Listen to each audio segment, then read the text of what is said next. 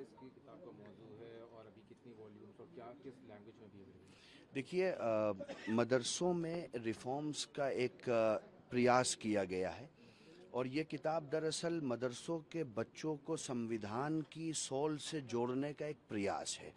मदरसों में कम्युनिटी का 1.5% तबका आता है जो 100% कम्युनिटी को लीड करता है रिलीजियसली, उनके धार्मिक सिद्धांतों को प्रमोट करता है, प्रचार प्रसार का काम करता है।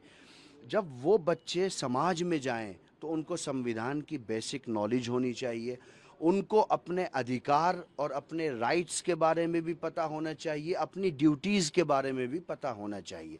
और बिलखुसूस चूँकि मदरसों पर तरह तरह के आक्रमण होते रहते हैं कि साहब आपको ऐसे नहीं करना चाहिए, कभी आपको एनसीपीसीआर नोटिस भेज देते हैं, कभी right of children to free and compulsory education act 2009 RTE के नोटिस मिल जाते हैं। हालांकि आरटीई में मदरसे आते नहीं हैं।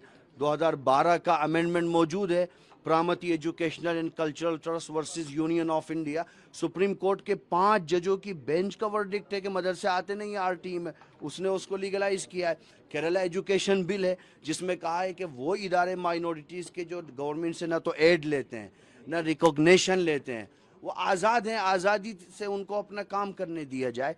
हमने दरअसल लीगली जो उनके अधिकार हैं उनको पता हो, ताकि कल अगर उनके साथ कोई अत्याचार होता है तो वो डॉक्टर अंबेडकर के बताए हुए रास्ते से संविधान की अम्ब्रेला में रह करके अपने अधिकारों के लिए लड़ें और अपने अधिकारों को जान सकें। इसके अलावा मातरम को राष्ट्रीय गीत को राष्ट्रगान के बराबर सम्मान दिया जाए और हर जगह उसको अनिवार्य किया जाए। उसके बाद all India Muslim personal law board की भी उस पर प्रतिक्रिया सामने आई।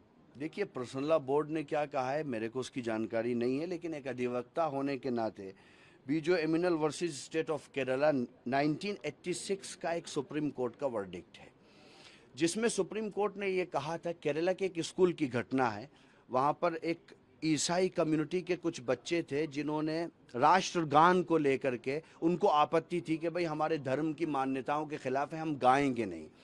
तो सुप्रीम कोर्ट ने उसमें ये कहा था कि साहब स्कूल गाने के लिए मजबूर नहीं कर सकता, रेस्पेक्ट के लिए खड़ा होना पड़ेगा।